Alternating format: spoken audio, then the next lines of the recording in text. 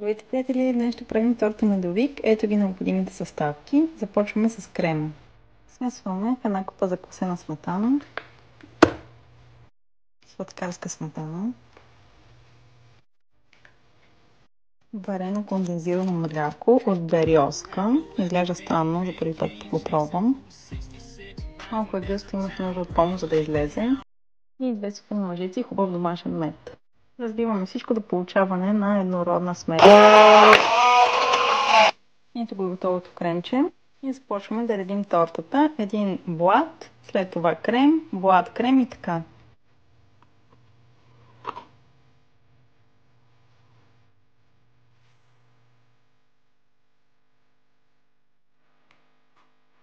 След като сме сложили последния блат, покриваме хубаво с креми отстрани.